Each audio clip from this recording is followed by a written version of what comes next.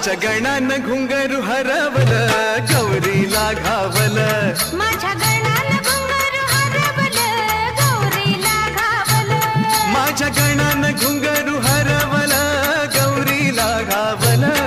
एका वर्षानं आपलं दर्शन गणानं गौरीला दावल हा एका